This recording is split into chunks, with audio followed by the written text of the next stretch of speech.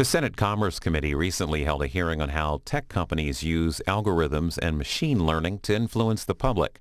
Advocates and researchers testified along with a representative from Google.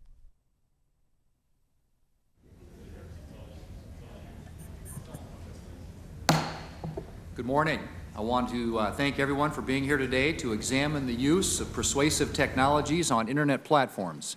Each of our witnesses today has a great deal of expertise with respect to the use of artificial intelligence and algorithms more broadly, as well as in the more narrow context of engagement and persuasion, and brings unique perspectives to these matters. Your participation in this important hearing is appreciated, particularly as this committee continues to work on drafting data privacy legislation. I convened this hearing in part to inform legislation that I'm developing that would require Internet platforms to give consumers the option to engage with the platform without having the experience shaped by algorithms driven by user-specific data. Internet platforms have transformed the way we communicate and interact, and they have made incredibly positive impacts on society in ways that are too numerous to count. The vast majority of content on these platforms is innocuous, and at its best, it is entertaining, educational, and beneficial to the public.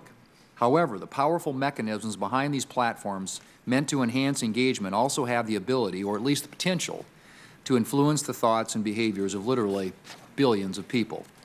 That is one reason why there is widespread unease about the power of these platforms and why it is important for the public to better understand how these platforms use artificial intelligence and opaque algorithms to make inferences from the reams of data about us that affect behavior and influence outcomes.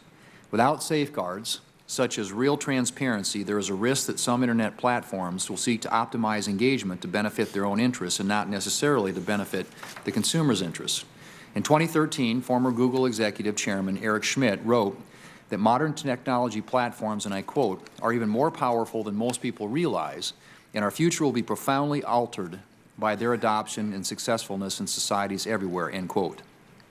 Since that time, algorithms and artificial intelligence have rapidly become an important part of our lives, largely without us even realizing it. As online content continues to grow, large technology companies rely increasingly on AI-powered automation to select and display content that will optimize engagement. Unfortunately, the use of artificial intelligence and algorithms to optimize engagement can have an unintended and possibly even dangerous downside. In April, Bloomberg reported that YouTube has spent years chasing engagement while ignoring internal calls to address toxic videos, such as vaccination conspiracies and disturbing content aimed at children.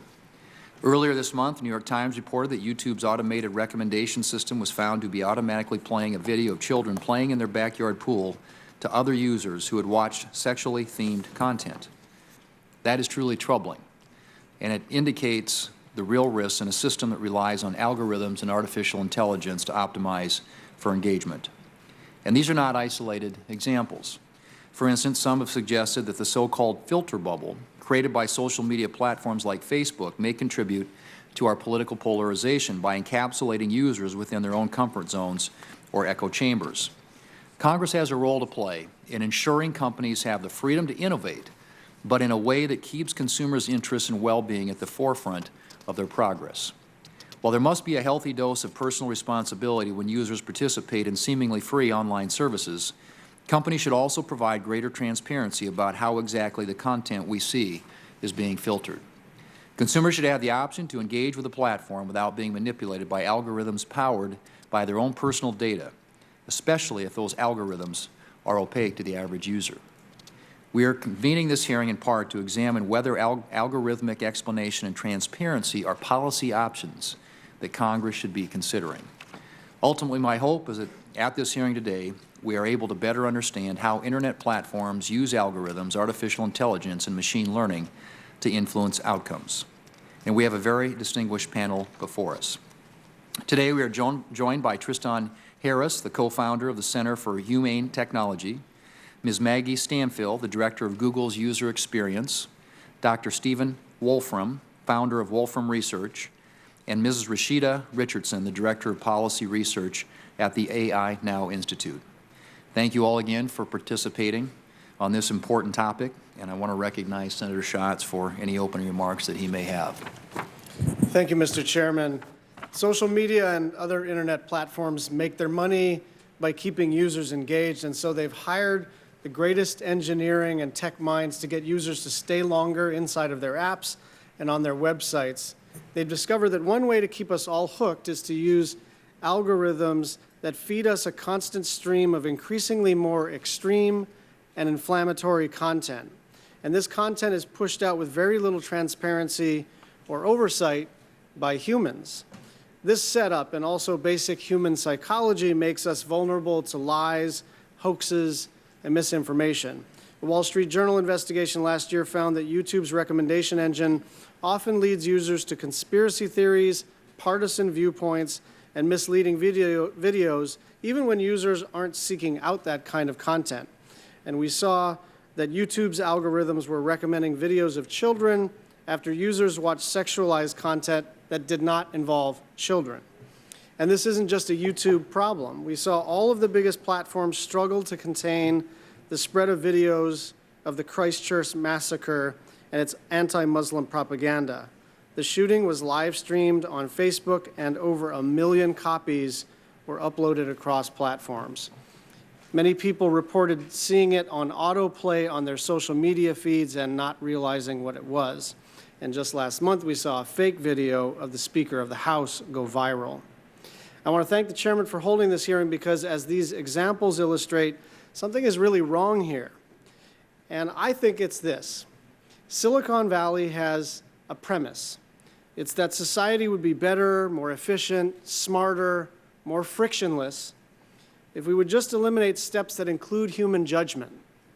But if YouTube, Facebook, or Twitter employees, rather than computers, were making the recommendations, would they have recommended these awful videos in the first place? Now, I'm not saying that employees need to make every little decision, but companies are letting algorithms run wild and only using humans to clean up the mess. Algorithms are amoral. Companies design them to optimize for engagement as their highest priority, and by doing so, they eliminated human judgment as part of their business models. As algorithms take on an increasingly important role, we need for them to be more transparent, and companies need to be more accountable for the outcomes that they produce. Imagine a world where pharmaceutical companies were not responsible for the long-term impacts of their medicine and we couldn't test their efficacy. Or if engineers were not responsible for the safety and structure they design and we couldn't review the blueprints. We are missing that kind of accountability for internet platform companies. Right now, all we have are representative sample sets, data scraping, and anecdotal evidence. These are useful tools, but they are inadequate for the rigorous systemic studies that we need about the societal effects of algorithms. These are conversations worth having because of the significant influence that algorithms have on people's daily lives. And this is a policy issue that will only grow more important as technology continues to advance. And so thank you, Mr. Chairman, for holding this hearing, and I look forward to hearing from our experts. Thank you, Senator Schatz. And we do, as I said, have a great panel to hear from today. And we're going to start on my left and your right with Mr. Tristan Harris, who's co-founder and executive director of Center for Humane Technology.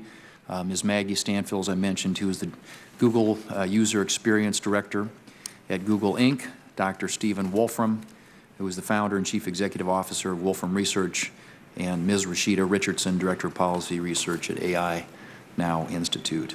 So if you would, confine your oral remarks to as close as 5 minutes as possible. It'll give us an opportunity to maximize the chance for members to ask questions. But thank you all for being here. We look forward to hearing from you. Mr. Harris. Thank you, Senator Thune and Senator Schatz. Everything you said, it's sad to me because it's happening not by accident but by design. Because the business model is to keep people engaged, which in other words, this hearing is about persuasive technology. And persuasion is about an invisible asymmetry of power. When I was a kid, I was a magician. And magic teaches you that you can have asymmetric power without the other person realizing it. You can masquerade to have asymmetric power while looking like you have an equal relationship. You say, pick a card, any card, while meanwhile you know exactly how to get that person to pick the card that you want. And essentially what we're experiencing with technology is an increasing asymmetry of power that's been masquerading itself as an equal or contractual relationship where the responsibility is on us. So let's walk through why that's happening. In the race for attention, because there's only so much attention, companies have to get more of it by being more and more aggressive. I call it the race to the bottom of the brainstem. So it starts with techniques like pull to refresh. So you pull to refresh your newsfeed. That operates like a slot machine. It has the same kind of addictive qualities that keep people in Las Vegas hooked to the slot machine. Other examples are removing stopping cues. So if I take the bottom out of this glass and I keep refilling the water or the wine, you won't know when to stop drinking. So that's what happens with infinitely scrolling feeds. We naturally remove the stopping cues, and this is what keeps people scrolling. But the race for attention has to get more and more aggressive. And so it's not enough just to get your behavior and predict what will take your behavior. We have to predict how to keep you hooked in a different way. And so it crawled deeper down the brainstem into our social validation. So that was the introduction of likes and followers. How many followers do I have?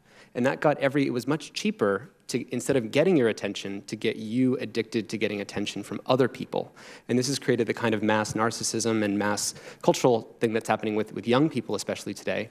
And after 2 decades in decline, the mental health of 10 to 14-year-old girls has actually shot up 170% in the last 8 years. And this has been very characteristically the cause of social media. And in the race for attention, it's not enough just to get people addicted to attention. The race has to migrate to AI, to who can build a better predictive model of your behavior.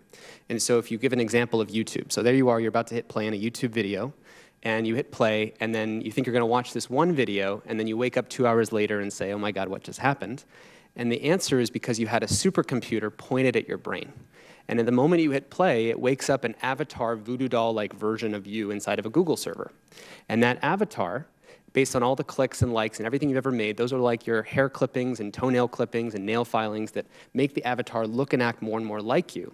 So that inside of a Google server, they can simulate more and more possibilities. If I prick you with this video, if I prick you with this video, how long would you stay? And the business model is simply what maximizes watch time. This leads to the kind of algorithmic extremism that you've pointed out. And this is what's caused 70% of YouTube's traffic now to be driven by recommendations, not by human choice, but by the machines. And it's a race between Facebook's voodoo doll, where you flick your finger, can they predict what to show you next, and Google's voodoo doll. And these are abstract metaphors that apply to the whole tech industry, where it's a race between who can better predict your behavior. Facebook has something called loyalty prediction, where they can actually predict to an advertiser when you're about to become disloyal to a brand.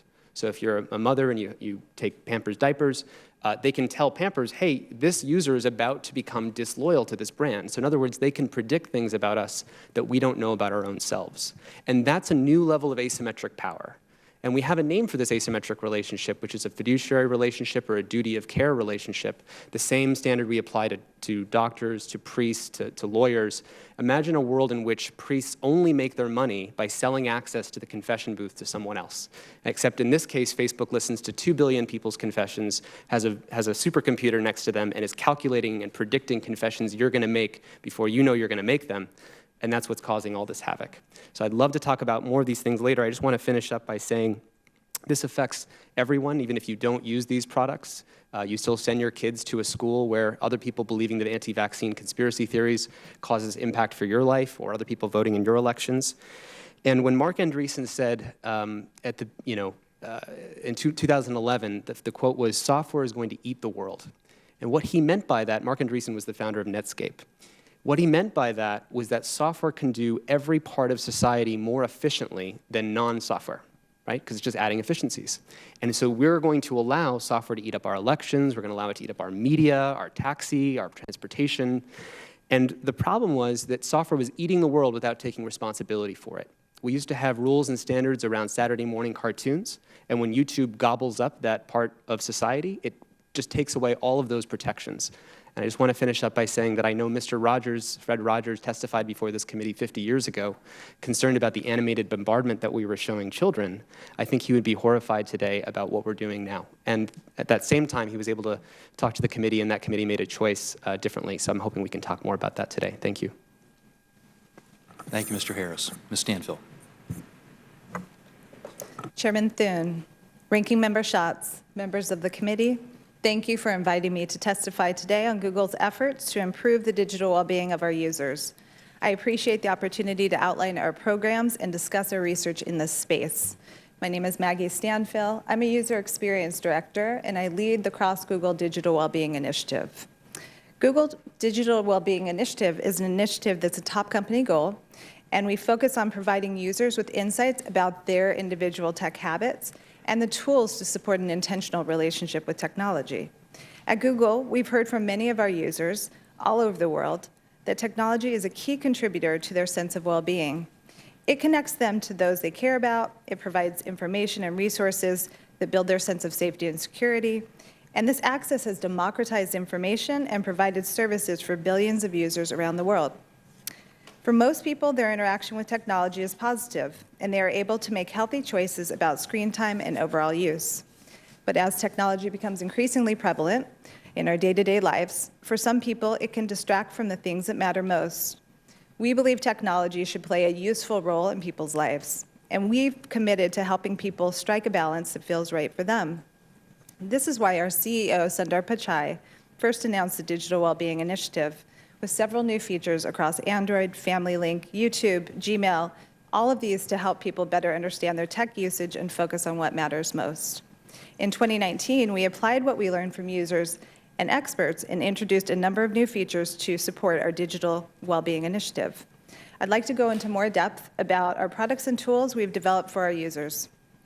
On Android, the latest version of our mobile operating system, we added key capabilities to help users take a better balance with technology and make sure that they can focus on raising awareness of tech usage and providing controls to help them oversee their tech use. This includes a dashboard. It shows information about their time on devices. It includes app timers, so people can set time limits on specific apps. It requires a do not disturb function to silence phone calls and texts, as well as those visual interruptions that pop up. And we've introduced a new wind down feature that automatically puts the user's display into night light mode, and that reduces blue light and grayscale to remove color and ultimately the temptation to scroll. Finally, we've got a new setting called focus mode. This allows pausing specific apps and notifications that users might find distracting. On YouTube, we have similarly launched a series of updates to help our users define their own sense of well-being. This includes time-watched profiles, take-a-break reminders, the ability to disable audible notifications, and the option to combine all YouTube app notifications into one notification. We've also listened to the feedback about the YouTube recommendation system. Over the past year, we've made a number of improvements to these recommendations, raising up content from authoritative sources when people are coming to YouTube for news, as well as reducing recommendations of content that comes close to violating our policies or spreads harmful misinformation. When it comes to children, we believe the bar is even higher. That's why we've created Family Link to help parents stay in the loop as their child explores on Android. And on Android Q, parents will be able to supervise, set screen time limits and bedtimes, and remotely lock their child's device. Similarly, YouTube Kids was designed with the goal of ensuring that parents have control over the content their children watch. In order to keep the videos in the YouTube Kids app family-friendly, we use a mix of filters, user feedback, and moderators. We also offer parents the option to take full control over what their children watch by hand-selecting the content that appears in their app. We're also actively conducting our own research and engaging in important expert partnerships with independent researchers to build a better understanding of the many personal impacts of digital technology. We believe this knowledge can help shape new solutions and ultimately drive the entire industry toward creating products that support a better sense of well-being. To make sure we are evolving this strategy, we have launched a longitudinal study to better understand the effectiveness of our digital well-being tools. We believe this is just the beginning. As technology becomes more integrated into people's daily lives, we have a responsibility to ensure that our products support their digital well-being. We are committed to investing more, optimizing our products, and focusing on quality experiences. Thank you for the opportunity to outline our efforts in this space. I'm happy to answer any questions you might have. Thank you, Ms. Stanfill. Mr. Wolfram. Well, thanks for inviting me here today. I have to say that this is pretty far from my usual kind of venue, but I have spent my life working on the science and technology of computation and AI, and perhaps some of what I know can be helpful here today. So, first of all, here's a way I think one can kind of frame the issue. So many of the most successful internet companies like Google and Facebook and Twitter are what one can call automated content selection businesses. They ingest lots of content, and then they essentially use AI to select what to actually show to their users. How does that AI work? How can one tell if it's doing the right thing? People often assume that computers just run algorithms that someone sat down and wrote, but modern AI systems don't work that way. Instead, lots of the programs they use are actually constructed automatically, usually by learning from some massive number of examples. And if you go look inside those programs, there's usually embarrassingly little that we humans can understand in there. And here's the real problem. It's sort of a fact of basic science that if you insist on explainability, then you can't get the full power of a computational system or an AI. So if you can't open up the AI and understand what it's doing, how about sort of putting external constraints on it? Can you write a contract that says what the AI is allowed to do? Well, partly actually through my own work, we're starting to be able to formulate computational contracts, contracts that are written not in legalese, but in a precise, executable, computational language suitable for an AI to follow. But what should the contract say? I mean, what's the right answer for what should be at the top of someone's newsfeed? Or what exactly should be the algorithmic rule for balance or diversity of content? Well, as AIs start to run more and more of our world, we're going to have to develop a whole network of kind of AI laws. And it's going to be super important to get this right, probably starting off by agreeing on sort of the right AI constitution. But it's going to be a hard thing, kind of making computational how people want the world to work. Right now, that's still in the future. But OK, so what can we do about people's concerns now about automatic content selection? I have to say that I don't see a purely technical solution. But I didn't want to come here and say that everything is impossible, especially since I personally like to spend my life solving, quotes, impossible problems. In fact, I think that if we want to do it, we actually can use technology to set up kind of a market-based solution. I've got a couple of concrete suggestions about how to do that. Both are based on giving users a choice about who to trust for the final content they see. One of the suggestions introduces what I call final ranking providers. The other introduces constraint providers. In both cases, these are third-party providers who basically insert their own little AIs into the pipeline of delivering content to users. And the point is that users can choose which of these providers they want to trust. The idea is to leverage everything that the big automated content selection businesses have, but to essentially add a new market layer. So users get to know that they're picking a particular way that content is selected for them. It also means that you get to avoid kind of all or nothing banning of content, and you don't have kind of a single point of failure for spreading bad content. And you open up a new market, potentially delivering even higher value for users. Of course, for better or worse, unless you decide to force certain content or diversity of content, which you could, people can live kind of in their own content bubbles, though importantly, they get to choose those themselves. Well, there are lots of technical details about everything I'm saying, as well as some deep science about what's possible and what's not. And I tried to explain a little bit more about that in my written testimony, and I'm happy to try and answer whatever questions I can here. Thank you. Thank you, Mr. Wolfram. Ms. Richardson. Chairman Thune, Ranking Member Schatz, and members of the subcommittee, thank you for inviting me to speak today. My name is Rashida Richardson, and I'm the Director of Policy Research at the AI Now Institute at New York University, which is the first university research institute dedicated to understanding the social implications of artificial intelligence. Part of my role includes researching the increasing reliance on AI and algorithmic systems and crafting policy and legal recommendations to address and mitigate the problems we identify in our research. The use of data-driven technologies like recommendation algorithms, predictive analytics, and inferential systems are rapidly expanding in both consumer and government sectors. They determine where our children go to school, whether someone will receive Medicaid benefits, who is sent to jail before trial, which news articles we see, and which job seekers are offered an interview. Thus, they have a profound impact on our lives and require immediate attention and action by Congress. Though these technologies affect every American, they are primarily developed and deployed by a few powerful companies and therefore shaped by these companies' incentives, values, and interests. These companies have demonstrated limited insight into whether their products will harm consumers and even less experience in mitigating those harms.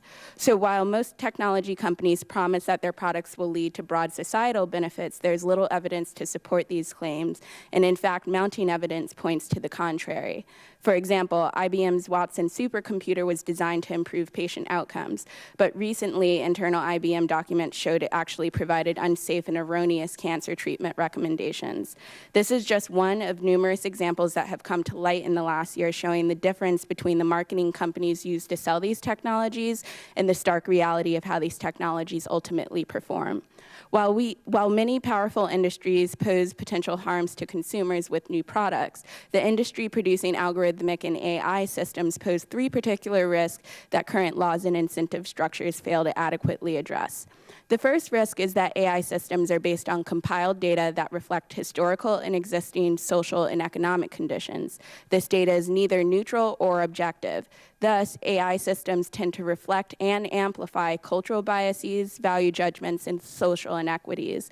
Meanwhile, most existing laws and regulations struggle to account for or adequately remedy these disparate outcomes, as they tend to focus on individual acts of discrimination and less on systemic bias or bias encoded in the development process. The second risk is that many AI systems and internet platforms are optimization systems that prioritize technology companies' monetary interests and results in products being designed to keep users engaged while often ignoring social costs like how the product may affect non-users, environments, and markets. A non-AI example of this logic and model is a slot machine, while a recent AI-based example is the navigation system Waze, which was subject to public scrutiny following many incidents across the U.S. where the application redirected highway traffic through residential neighborhoods unequipped for the influx of vehicles, which increased accidents and risk to pedestrians. The third risk is that most of these technologies are black boxes, both technologically and legally. Technologically, they're black boxes because most of the internal workings are hidden away inside the companies. Legally, technology companies obstruct accountability efforts through claims of proprietary or trade secret legal protections, even though there is no evidence that legitimate inspection, auditing, or oversight poses any competitive risk.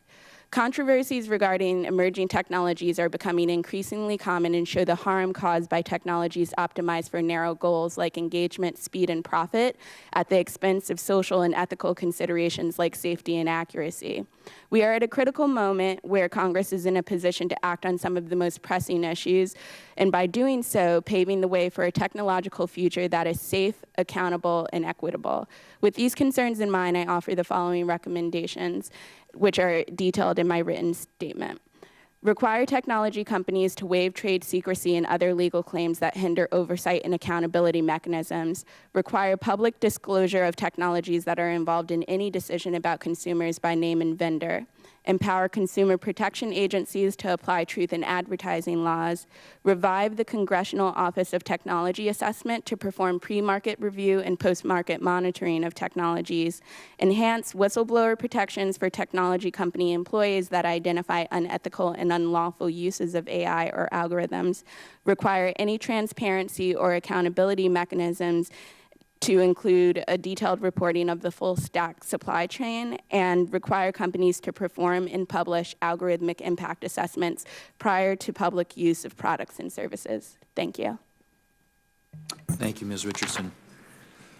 Well, let me start, Mr. Harris, with you. As we go about crafting consumer data privacy legislation in this committee, we know that internet platforms like Google and Facebook have vast quantities of data about each user.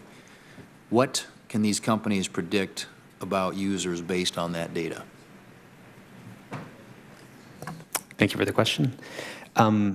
So I think there's an important connection to make between privacy and persuasion that I think often isn't linked, so maybe it's helpful to link that. With Cambridge Analytica, that was an event in which, based on your Facebook likes, based on 150 of your Facebook likes, I could predict your political personality, and then I could do things with that.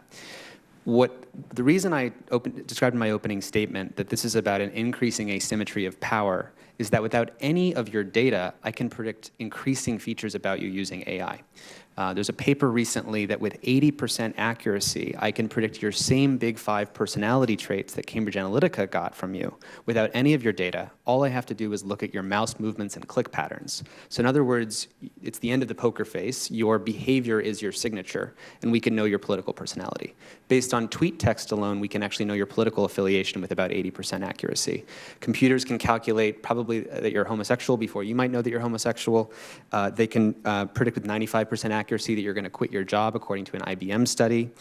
They can predict that you're pregnant. They can predict your microexpressions on your face better than a human being can. Microexpressions are your soft reactions to things that are not very visible but are invisibly visible. Computers can predict that. As you keep going and you realize that you can start to deep fake things, you can actually generate a new synthetic piece of media, a new synthetic face or synthetic message that is perfectly tuned to these characteristics. And the reason why I open the statement by saying we have to recognize that what this is all about is a growing asymmetry of power between technology and the limits of the human mind. My favorite sociobiologist, E.O. Wilson, said the fundamental problem of humanity is that we have Paleolithic ancient emotions, we have medieval institutions, and we have godlike technology. So we're chimpanzees with nukes, and our Paleolithic brains are limited against the increasing exponential power of technology at predicting things about us. The reason why it's so important to migrate this relationship from being extractive to get things out of you to being a fiduciary is you can't have asymmetric power that is specifically designed to extract things from you. Just like you can't have, again, lawyers or doctors whose entire business model is to take everything they learned and sell it to someone else. Except in this case, the level of things that we can predict about you is far greater than actually each of those fields combined when you actually add up all the data that assembles a more and more accurate voodoo doll of each of us. And there's 2 billion voodoo dolls, by the way. There's one out of every 4 people on Earth with YouTube's and Facebook are more than 2 billion people. Ms. Stanfill, in your prepared testimony, you note that companies like Google have a responsibility to ensure that products support users' digital well-being. Does Google use persuasive technology, meaning technology that is designed to change people's attitudes and behaviors? And if so, how do you use it? And do you believe that persuasive technology supports a user's digital well-being? Thank you, Senator. No, we do not use persuasive technology at Google. In fact, our foremost principles are built around transparency, security, and control of our users' data. Those are the principles through which we design products at Google. Dr. Wolfram, in your prepared testimony, you write that it's possible to expect, impossible, I should say, to expect any useful form of general explainability for automated content selection systems. If this is the case, what should policymakers require or expect of Internet platforms with respect to algorithm explanation or transparency? I don't think that explaining how algorithms work is a great direction. I mean, the basic issue is if the algorithm is doing something really interesting, then you're not going to be able to explain it, because if you could explain it, it would be like saying you can jump ahead and say what it's going to do without letting it just do what it's going to do. So it's kind of a scientific issue that if you're going to have something that is explainable, then it isn't getting to use the sort of full power of computation to do what it does. So my own view, which is sort of disappointing for me as a technologist, is that you actually have to put humans in the loop. And in a sense, the thing to understand about AI is we can automate many things about how things get done. What we don't get to automate is the goals of what we want to do. The goals of what we want to do are not something that is sort of definable as an automatic thing. The goals of what we want to do is something that humans have to come up with. And so I think the most promising direction is to think about breaking kind of the AI pipeline and figuring out where you can put into that AI pipeline the right level of kind of human input. My own feeling is the most promising possibility is to kind of insert, to leave the great value that's been produced by the current automated content selection companies in ingesting large amounts of data, being able to monetize large amounts of content, et cetera, but to insert a way for users to be able to choose who they trust about what finally shows up in their news feed or in their search results or whatever else. And I think that there are technological ways to make that kind of insertion that will actually, if anything, add to the richness of potential experience for users and possibly even the financial returns for the market. And very quickly, Ms. Richardson, what are your views about whether algorithm explanation or algorithm transparency are appropriate policy responses, and kind of response to Dr. Wolfram's? I think they're a good interim step in that transparency is almost necessary to understand what these technologies are doing and to assess the benefits and risk.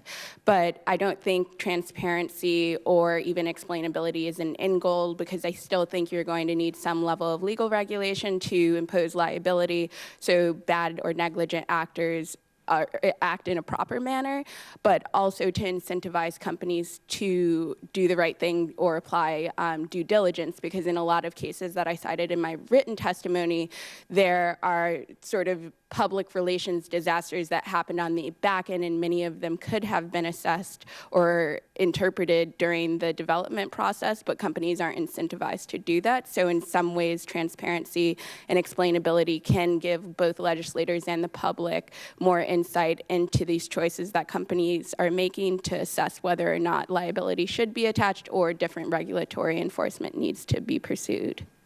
Thank you. Senator Schatz. Thank you, Chairman. Thank you to the testifiers. First, a yes or no question. Do we need more human supervision of algorithms on online platforms? Mr. Harris? Yes. Yes. Yes, although I would put some footnotes. Sure. Yes, with footnotes. So I want to follow up on what Dr. Wolfram said in terms of the unbreakability of these algorithms and the lack of transparency that is sort of built into what they are foundationally. And the reason I think that's an important point that you're making, which is that you need a human circuit breaker at some point to say, no, I choose not to be fed things by an algorithm. I choose to jump off of this platform. That's one aspect of humans acting as a circuit breaker. I'm a little more interested in the human employee, either at the line level or the human employee at the supervisory level, who takes some responsibility for how these algorithms evolve over time. And Ms. Richardson, I want you to maybe speak to that question, because it seems to me as policymakers, that's where the sweet spot is to find an incentive or a requirement where these companies will not allow these algorithms to run essentially unsupervised and not even understood by the highest echelons of the company except in their output. And so, Ms. Richardson, can you help me to flesh out what that would look like in terms of enabling human supervision? So I think it's important to understand some of the points about the power asymmetry that Mr. Harris mentioned, because I definitely do think we need a human in the loop, but we also need to be cognizant of who actually has power in those dynamics, and that you don't necessarily want a frontline employee taking full liability for a decision that or for a system that they had no input in the design or even in their current sort of position in using it. So I think it needs to go all the way up in that if you're thinking about liability or responsibility in any form, it needs to attach at those who are actually making decisions about the goals, the designs, and ultimately the implementation and use of these technologies, and then figuring out what are the right pressure points or incentive dynamics to encourage companies or those making those decisions to make the right choice that benefits society. Yeah, I think that's right. I think that none of this ends up coming to much unless the executive level of these companies feel a legal and financial responsibility to supervise these algorithms. Ms. Stanfill, I was a little confused by one thing you said. Did you say Google doesn't use persuasive technology? That is correct, sir. Mr. Harris, is that true? It's complicated. Persuasion is happening all throughout the ecosystem. In my mind, by the way, this is less about accusing one company, Google or Facebook. It's about understanding that every company... Yeah, I get that, yeah. But she's here, and, Yes. and she just said that they don't use persuasive technology. And I'm trying to figure out, are you talking about just the Google suite of products? You're not talking about YouTube? Or are you saying in the whole Alphabet pantheon of companies, you don't use persuasive technology? Because either I misunderstand your company or I misunderstand the definition of persuasive technology. Can you help me to understand what's going on here? Sure. With respect to my response, Mr. Senator, it is related to the fact that dark patterns and persuasive technology is not core to how we design our products at Google, which are built around transparency. Are you talking about security, and control. YouTube or the whole family of companies? The whole family of companies, including YouTube. You don't want to clarify that a little further? We build our products with privacy, security, and control for the users. That is what we build for. And ultimately, this builds a lifelong relationship with the user, which is primary. That's our trust. I don't know what any of that meant. Ms. Richardson, can you help me? I think part of the challenge, as Mr. Harris mentioned, is how you're defining persuasive, and that both of us mentioned that a lot of these systems and internet platforms are a form of an optimization system, which is optimizing for certain goals, and there you could say that is a persuasive technology, which is not accounting for certain social risk, but I think there's a business incentive to not, to take a more narrow view of that definition. So I can't speak for Google because I don't work for them, but I think the reason you're confused is because you may need to clarify definitions of what is actually persuasive in the way that you're asking the question and what is Google suggesting doesn't have persuasive characteristics in their technologies. Thank you.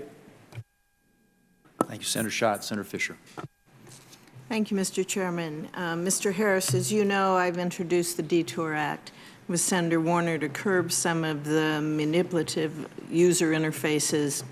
We want to be able to increase transparency, especially when it comes to behavioral experimentation online.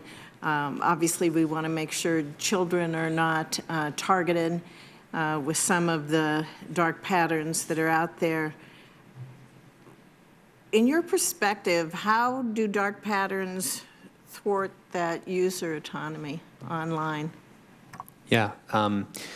So persuasion is so invisible and so subtle. In fact, oftentimes we're criticized when you use this language or you say we're crawling down the brainstem. People think that you're overreacting, but it's a design choice. So for background, I studied at a lab called the Persuasive Technology Lab at Stanford that taught engineering students essentially about this whole field. And my friends in the class were the founders of Instagram.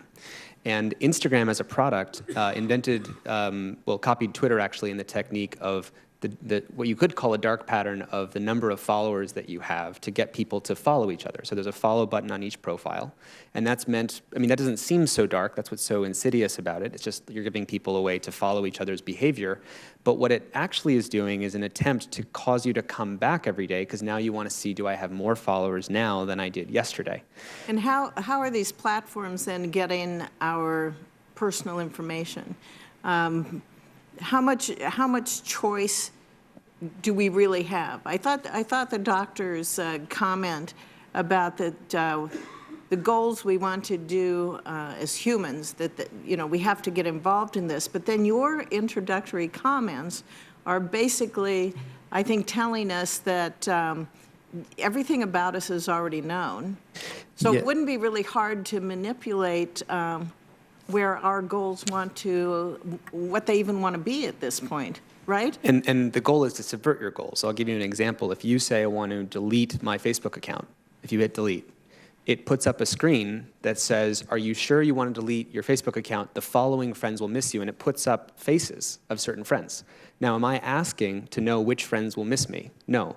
Does Facebook ask those friends? Do I know, are they going to miss me if I leave? No. They're calculating which of the 5 faces would be most likely to get you to hit cancel and not delete your Facebook account. So that's a subtle and invisible dark pattern that's just meant to sway behavior. I think another example you're trying to get at in the opening question is if you consent to giving your data to Facebook or your location, and oftentimes there'll be a big blue button, which have 100 engineers behind the screen split testing all the different colors and variations and arrangements of where that button should be, and then a very, very, very small gray link that people don't even know is there. And so what we're calling a free human choice is a manipulated choice. And again, it's just like a magician. They're saying pick a card, any card, but in fact there's an asymmetry of power. When you're on the internet and you're trying to look something up and you have this deal pop up on your screen, this is so irritating, and you have to hit OK to get out of it because you don't see the other choice on the screen. As you said, it's very light, it's gray, but now I know if I hit OK, this is going to go on, and whoever is going to get more and more information about me. They're really invading my privacy, but I can't get rid of this screen otherwise, unless you turn off your computer and start over. Right? There's all sorts of ways to do this. If I'm a persuader and I really want you to hit OK on my dialogue so I can get your data, I'll wait until the day that you're in a rush to get the address to that place you're looking for, and that's the day that I'll put up the dialogue that says, hey, were you willing to get me your information? And then, of course, you're going to say, fine, yes, whatever, because in persuasion, there's something called hot states and cold states. When you're in a hot state or an immediate impulsive state, it's very easy to persuade someone than versus when they're in a cold, calm, and reflective state. And technology can actually either manufacture or wait till you're in those hot states. So how do we protect ourselves and our privacy, and what role does the federal government have to play in this besides getting our bill passed? I mean, at the end of the day, the reason why we go back to the business model is it is about alignment of interests. You don't want a system of asymmetric power that is designed to manipulate people, and you're always going to have that insofar as the business model is one of manipulation as opposed to regenerative, meaning you have a subscription-style relationship. So I would say Netflix probably has many fewer dark patterns because it's in a subscription relationship with its users. When Facebook says that, how else could we give people this free service? Well, it's like a priest whose entire business model is to manipulate people, saying, well, how else can I serve so many people? Yeah. Right. So how do we keep our kids safe? There's so much to that. I think what we need is a mass public awareness campaign so people understand what's going on. One thing I have learned is that if you tell people this is bad for you, they won't listen. If you tell people this is how you're being manipulated, no one wants to feel manipulated. Thank you. Thank you, Senator Fisher. Senator Blumenthal. Thanks, Mr. Chairman, and thank you to all of you for being here today. I was struck by what Senator Schatz said in his opening statement.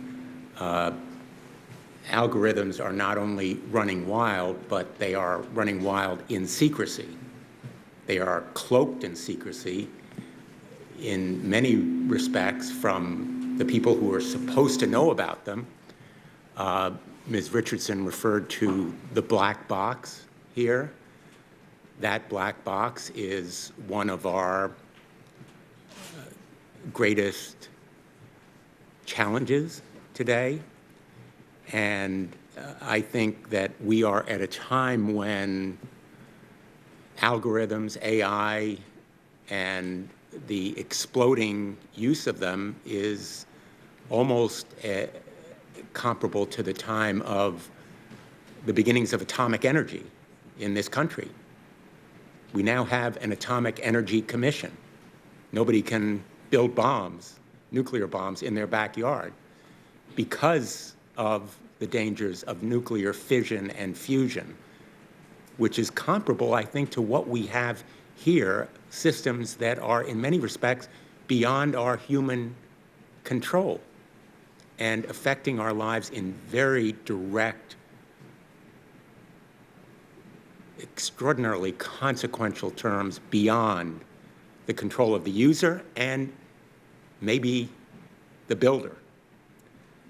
So on the issue of persuasive technology, I find, Ms. Stanfill, your contention that Google does not build systems with the idea of persuasive technology in mind somewhat difficult to believe, because I think Google tries to keep people glued to its screens at the very least.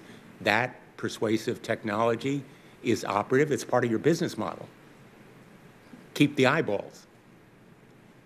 It may not be persuasive technology to convert them to the far left or the far right. Some of the content may do it, but at the very least, the technology is designed to promote usage. YouTube's recommendation system has a notorious history of pushing dangerous messages and content, promoting radicalization, disinformation. and conspiracy theories. Earlier this month, Senator Blackburn and I wrote to YouTube on reports that its recommendation system was promoting videos that sexualized children, effectively acting as a shepherd for pedophiles across its platform. Now, you say in your remarks that you've made changes to reduce the recommendation of content that, quote, violates our policies or spreads harmful misinformation. And according to your account, the number of views from recommendations for these videos has dropped by over 50% in the United States. I take those numbers as you've provided them. Can you tell me what specific steps you have taken to end your recommendation system's practice of promoting content that sexualizes children? Thank you, Senator. We take our responsibility to supporting child safety online extremely seriously. Therefore, these changes are in effect, and as you stated, these have had a significant impact. But what specifically? Resulting in actually changing which content appears in the recommendations. So this is now classified as borderline content. That includes misinformation and child exploitation content.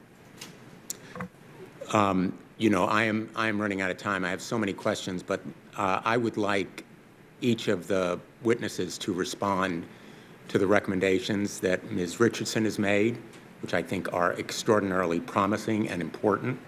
I'm not going to have time to ask you about them here, but I would like the witnesses to respond in writing, if you would, please.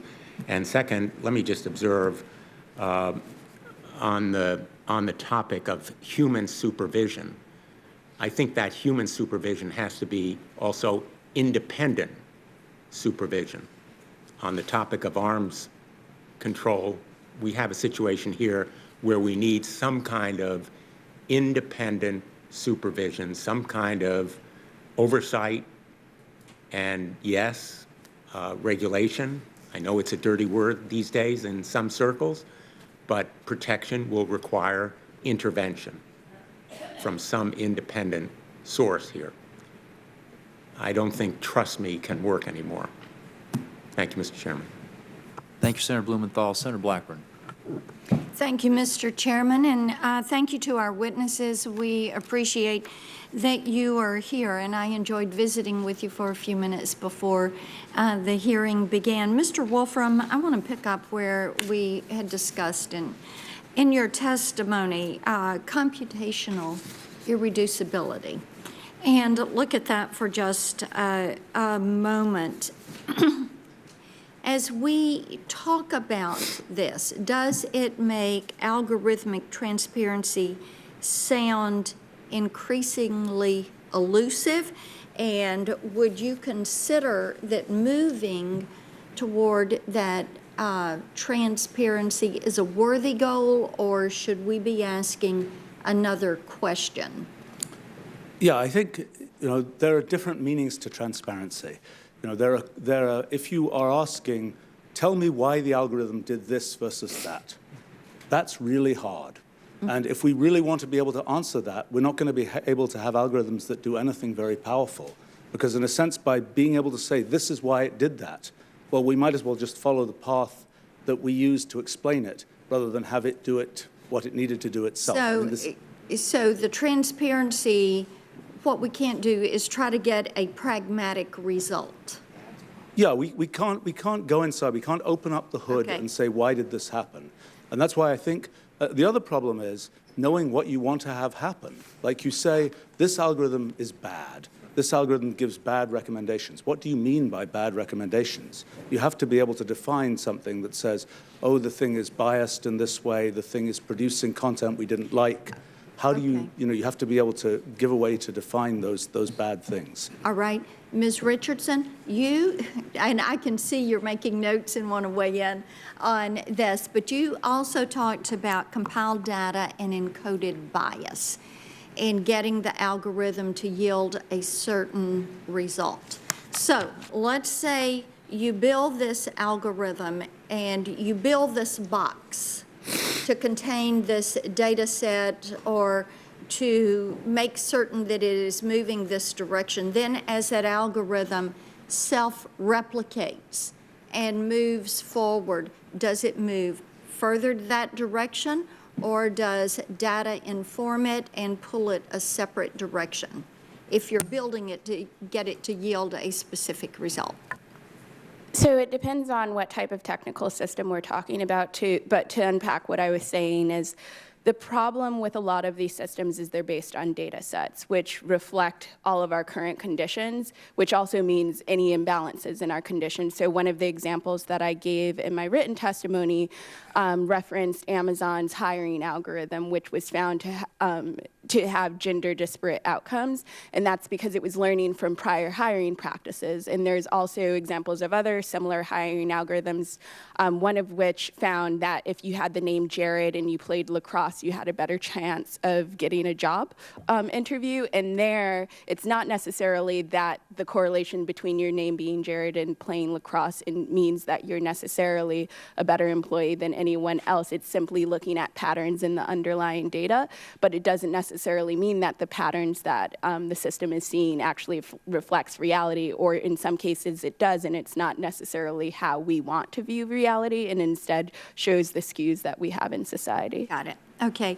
Mr. Wolfram, you mentioned in your testimony there could be a single content platform but a variety of final ranking providers. Are you suggesting that it would be wise to prohibit companies from using cross-business data flows?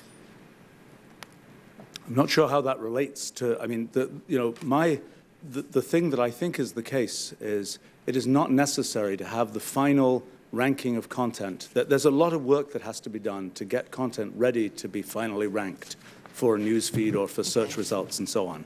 That's a lot of heavy lifting. The choice, which is made often separately for each user, about how to finally rank content, I don't think has to be made by the same entity. And I think if you break that apart, you kind of change the balance between what is controllable by users and what is not. I don't think it's realistic to, I think, yeah. I mean, I would like to say that one of the questions about, a data set implies certain things, we don't like what that implies and so on. One of the challenges is to define what we actually want. And one of the things that's happening here is that because these are AI systems, computational systems, we have to define much more precisely what we want than we've had to do before. Okay. And so it's necessary to kind of write these computational rules, and that's a tough thing to do. And it's something which cannot be done by computer, and it can't even be necessarily done from prior data. It's something people like you guys have to decide what to do about. Okay.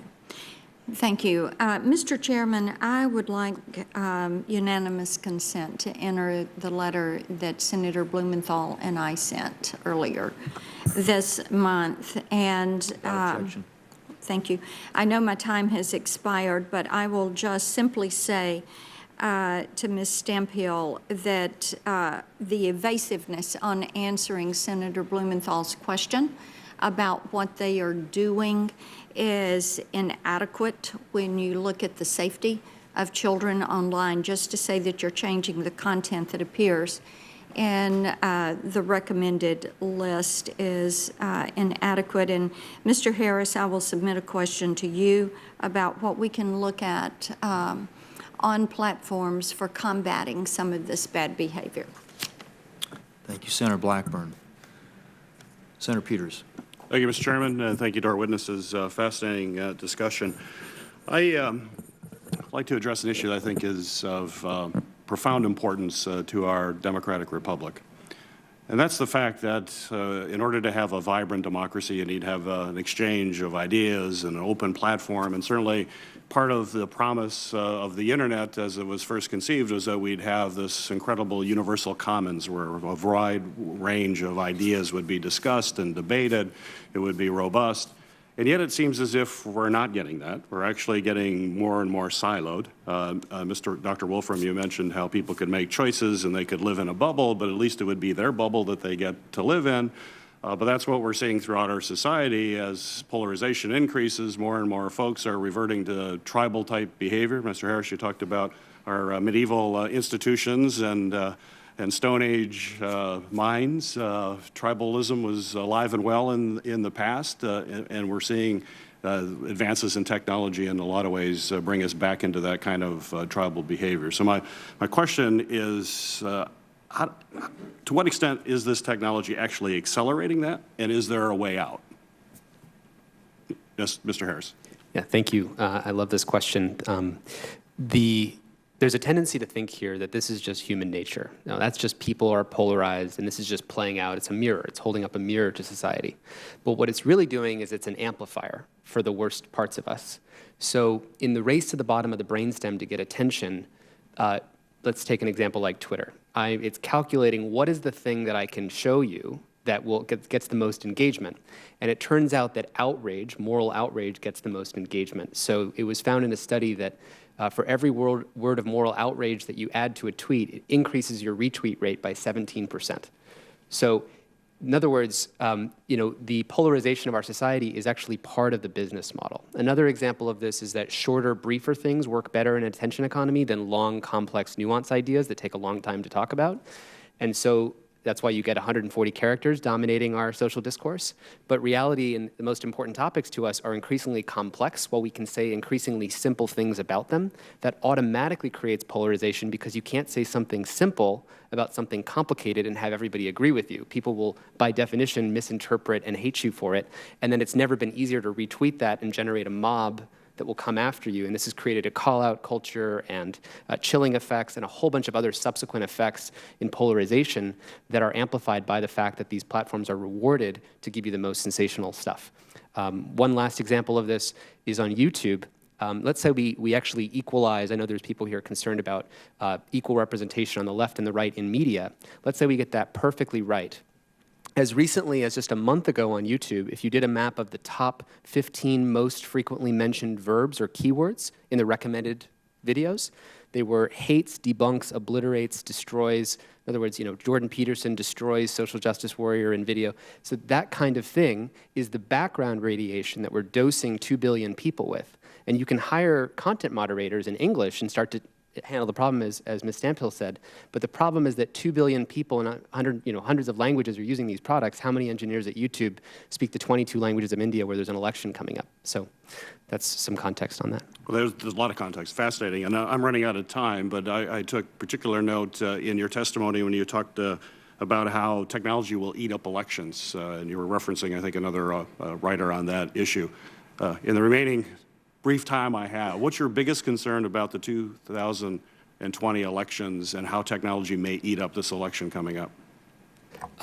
Yeah, that comment was that another example of we used to have protections that technology took away. We used to have equal price campaign ads so that it cost the same amount on a Tuesday night at 7 p.m. for any candidate to run an election.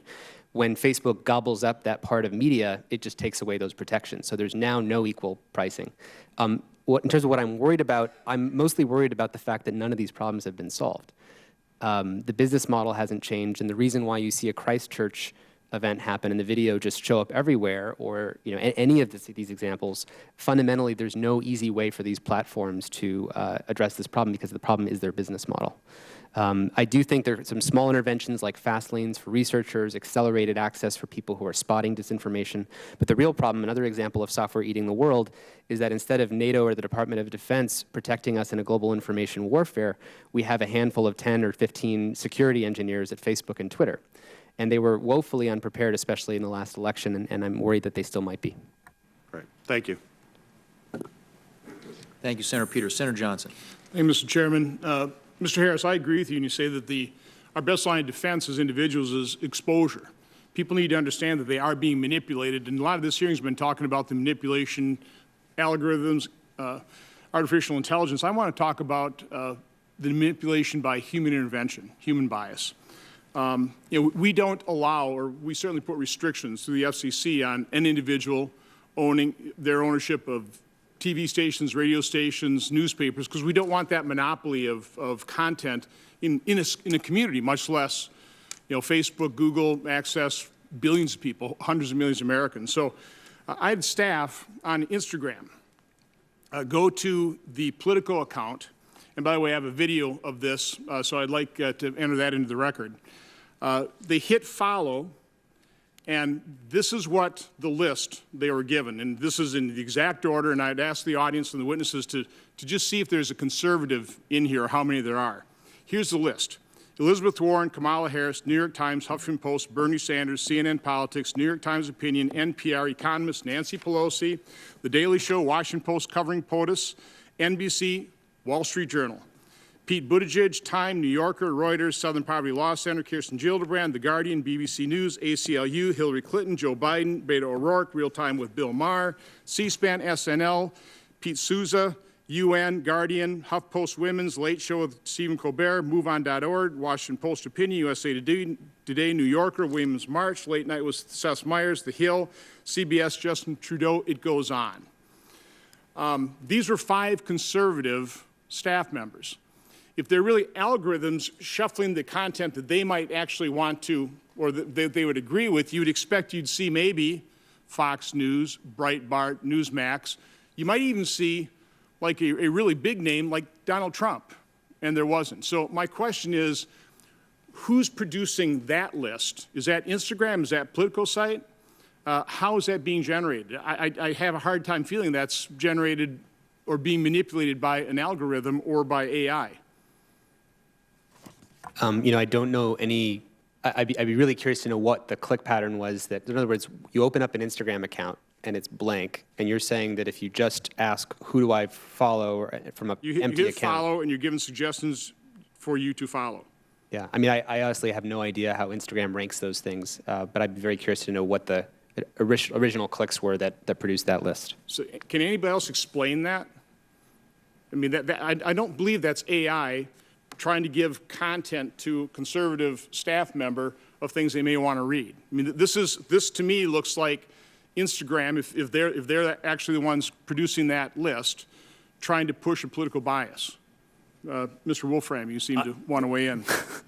The thing that will happen is, if there's no other information, it will tend to be just where there is the most content or where the most people on the platform in general have clicked. So it may simply be a statement in that particular case that I'm really speculating, but that the users of that platform tend to like those things. And so if there's no other information. So again, that you'd have to assume then that the vast majority of users of Instagram are liberal progressives. That might be evidence of that. Ms. Stanfill, is that what your understanding would be? Thank you, Senator. By the way, we could probably do it on Google too, it'd be interesting, but. I can't speak for Twitter. I can speak for Google's stance just generally with respect to AI, which is we build products for everyone. So we've got systems in place to ensure no bias is introduced. But we have, I mean, you won't deny the fact that there are plenty of instances of content being pulled off of conservative websites and having to repair the damage of that, correct? I mean, what's happening here? Thank you, Senator. I wanted to quickly remind everyone that I am a user experience director and I work on digital well-being, which is a program to ensure that users have a balanced relationship with tech. So that's Mr. Harris, what's happening on here? Because again, I think conservatives have legitimate concern that content is being pushed from a liberal progressive standpoint to the vast majority of users of these social sites. Yeah, I mean, I really wish I could comment, but I don't know much about where that's happening, so. Ms. Richardson? So there has been, and it showed that when you're looking at engagement levels, there is no partisan disparities. In fact, it's equal. So I agree with Dr. Wolfram in that what you may have saw was just what was trending. Like even in the list, you mentioned Southern Poverty Law Center, and they were simply trending because their executive director was fired. So that may just be a result of the news, not necessarily the organization. But it's also important to understand that research has also shown that when there is any type of disparity on partisan lines, it's usually dealing with the veracity of the underlying content, and that's more of a content moderation issue rather than what you're shown. Okay, anyway, I'd like to get that video entered into the record, and we'll keep looking into this. Without objection, and to the senator from Wisconsin's point, I think if you Google yourself, you'll find most of the things that pop up right away are going to be from news organizations that tend to be to the left. I mean, I have had that experience as well, and it seems like if that actually was based upon a neutral algorithm or some other form of artificial intelligence, that since you're the user and since they know your habits and patterns, you might see something instead of from the New York Times pop up from Fox News or the Wall Street Journal. That to me has always been hard to explain. Well, let's work together to try and get that explanation, because it's a valid concern. Senator Tester, thanks. Thank you, Mr. Chairman. Thank all the folks who have testified here today. Ms. Stanfill, does YouTube have access to personal data on a user's Gmail account? Thank you, Senator. I am an expert in digital well-being at Google, so I'm sorry, I don't know that with depth, and I don't want to get out of my depth. So I can take that back for folks to answer. Okay, so when it comes to Google search history, you wouldn't know that either? I'm sorry, Senator. I'm not an expert in search, and I don't want to get out of my depth, but I can take it back. Okay, all right. Let me see if I can ask a question that you can answer. Does YouTube, do you know if YouTube uses personal data in shaping recommendations? Thank you, Senator. I can tell you that I know that YouTube has done a lot of work to ensure that they're improving recommendations. I do not know about privacy and data because that is not necessarily core to digital well-being. I focus on helping provide users with balanced technology usage. So in YouTube, that includes a time watch profile. It includes a reminder where if you want to set a time limit, you'll get a reminder. And ultimately, we give folks power to basically control their usage. I understand what you're saying. I think that what I'm concerned about is that if, and it doesn't matter if you're talking Google or Facebook or Twitter or whoever it is, has access to personal information, which I believe they do. Mr. Harris, do you think they do? I wish that I really knew the exact answer to your question. Does anybody know the answer to that question? I mean, the general premise is that with more personal access to information that Google has, they can provide better recommendations is usually the talking point. That's correct. And the business model, because they're competing for who can predict better what will keep your attention. My eyes in that website? Yeah, they would use as much information as they can, and usually the way that they get around this is by giving you an option to opt out, but of course the default is usually to opt in, and that's, I think, what's leading to what you're talking about. Yes, so I am 62 years old, getting older every minute the more this conversation goes on. But I will tell you that it never ceases to amaze me that my grandkids, the oldest one is about 15 or 16, goes down to about 8, when we're on the farm, is absolutely glued to this, absolutely glued to it, to the point where if I want to get any work out of them, I have to threaten them, okay? Because they're riveted. So, Ms. Stanfill, do you guys, when you're in your leadership meetings, do you actually talk about addictive nature of this? Because it's as addictive as a cigarette or more. And do you talk about the addictive nature? Do you talk about what you can do to stop it? I will tell you that I'm probably going to be dead and gone, and I'll probably be thankful for it when all this shit comes to fruition. Because I think that this scares me to death. Senator Johnson can talk about the conservative websites. You guys could literally sit down at your board meeting, I believe, and determine who's going to be the next president of the United States. I personally believe that you have that capacity. Now, I could be wrong, and I hope I'm wrong. And so, do any of the other folks that are here? I'll go with Ms. Robinson. Do you see it the same way, or am I overreacting to a situation that I don't know enough about? No, I think your concerns are real in that the business model that most of these companies are using and most of the optimization systems are built to keep us engaged with provocative material that can skew in the directions that your concerns And I don't know your history, but do you think that the board of directors for any of these companies actually sit down and talk about impacts that I'm concerned about, or are they talking about how they continue to use what they've been doing to maximize their profit margin? I don't think they're talking about the risk you're concerned about, and I don't even think that's happening in the product development level, and that's in part because a lot of teams are siloed, so I doubt these conversations are happening in a holistic way to sort of address your concerns, Okay, which is... so that's good, and I don't want to get in a fist fight on this panel, but Ms. Stanfill, are the conversations you have, since you couldn't answer the previous ones, indicate that she's right, the conversations are siloed. Is that correct? No, that's not correct, sir, So Senator. then why can't you answer my questions? I can answer the question with respect to how we think about digital well-being at Google. It's a cross-company OKR, so it's actually a goal that we work on across the company. So I have the novel duty of connecting those dots, but we are doing that, and we have incentive to make sure that we make progress. Okay. Well, I just want to thank you all for being here, and hopefully you all leave friends, because I know that there's certain senators, including myself, just tried to pit you against one another. That's not intentional. I think that this is really serious. I have exactly the opposite opinion Senator Johnson has, and that I think there's a lot of driving to the conservative side. So it shows you that when humans get involved in this, we're going to screw it up. But by the same token, there needs to be those circuit breakers that Senator Schatz talked about. Thank you very, very much. Thank you to the old geezer from Montana for Senator Rosen. All of you for being here today. I have so many questions as a former software developer and systems analyst, and so I see this really as I have 3 issues and 1 question.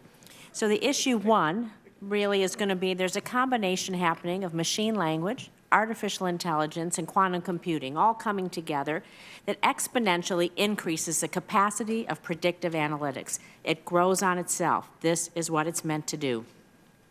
Issue 2, the monetization, the data brokering of these analytics and the bias in all areas in regards to the monetization of this data.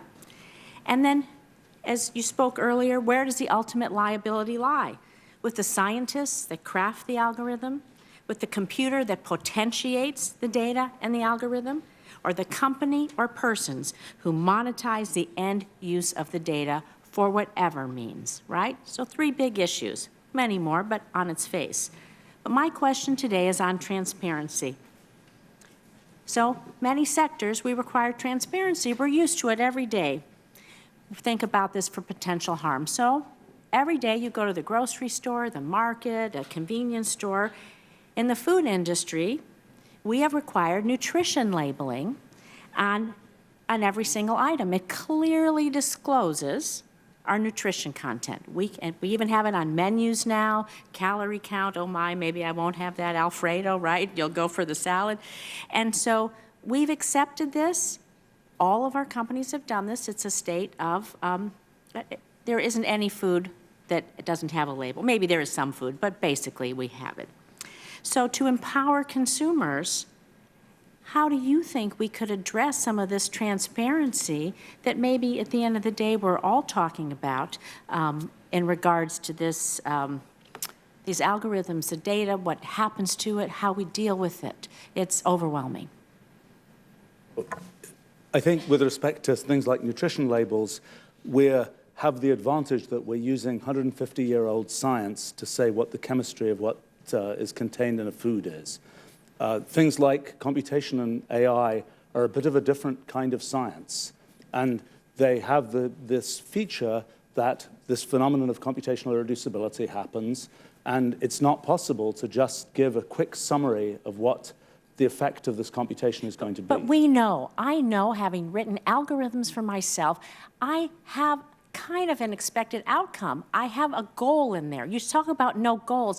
There is a goal. Yeah. Whether you meet it or not, whether you exceed it or not, whether you fail or not, there is a goal when you write an algorithm to give somebody who's asking you for this data. The confusing thing is that the practice of software development has changed, and it's changed in machine learning and in AI. Correct. And so they can create their own goals. Machine learning It's not quite its own goals. It's rather that when you write an algorithm, you know, I expect When I started using computers a ridiculously long time ago, also, you would write a small program and you would know what every line of code was supposed to do. With quantum computing, you don't. But you still should have some ability to control the outcome. Well, I think my feeling is that rather than saying, yes, you can put constraints on the outcome. The question is, how do you describe those constraints? And you have to essentially have something like a program to describe those constraints. Let's say you want to say, we want to have balanced treatment. We want to have... So let's take it out of technology and just talk about transparency in a way we can all understand. Can we put it in English terms that we're going to make your data well-being, how you use it, do you sleep, don't you sleep, how many hours a day, think about your Fitbit, who is it going to? We can bring it down to those English language parameters that people understand. Well, I think some parts of it you could. I think the part that you cannot is when you say, we're going to make this give unbiased treatment of, let's say, political directions or something.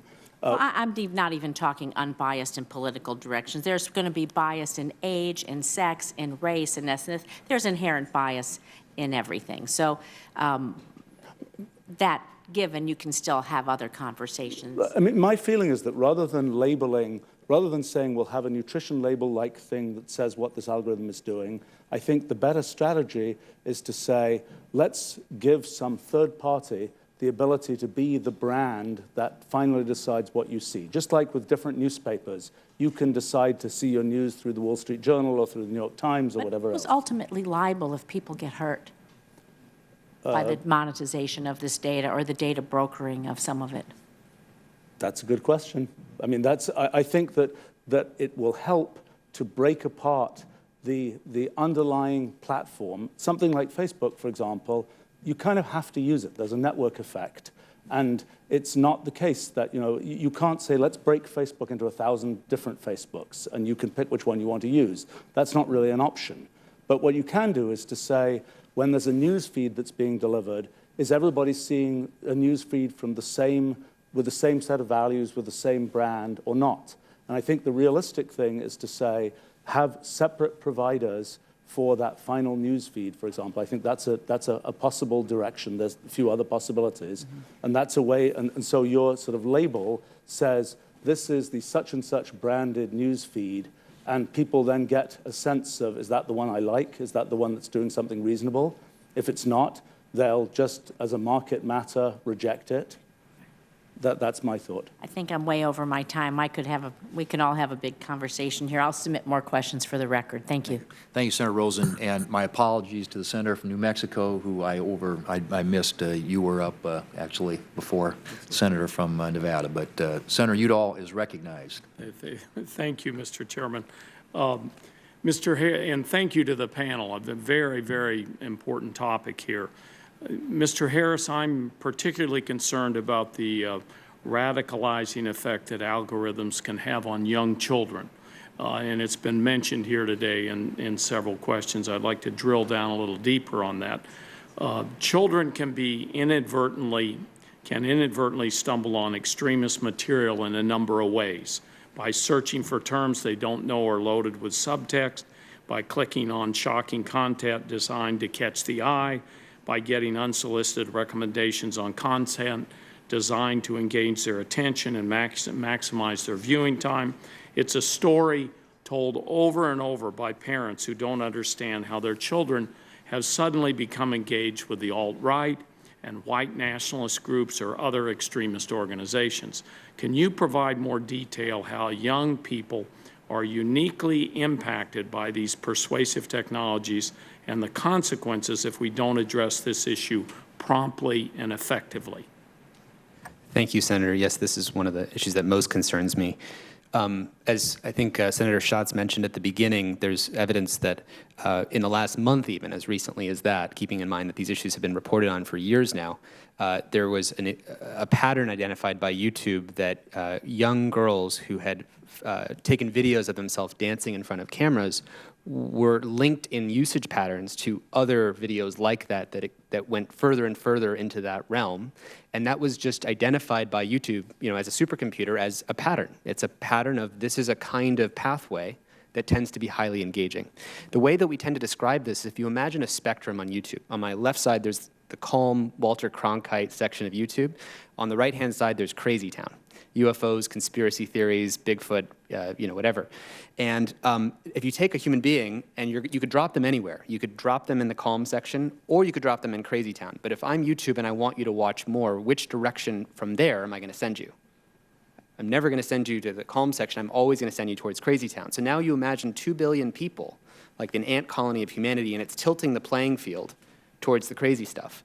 And the specific examples of this, a year ago, a teen girl who looked at a dieting video on YouTube would be recommended anorexia videos because that was the more extreme thing to show, the voodoo doll that looked like a teen girl. There's all these voodoo dolls that look like that, and the next thing to show is anorexia.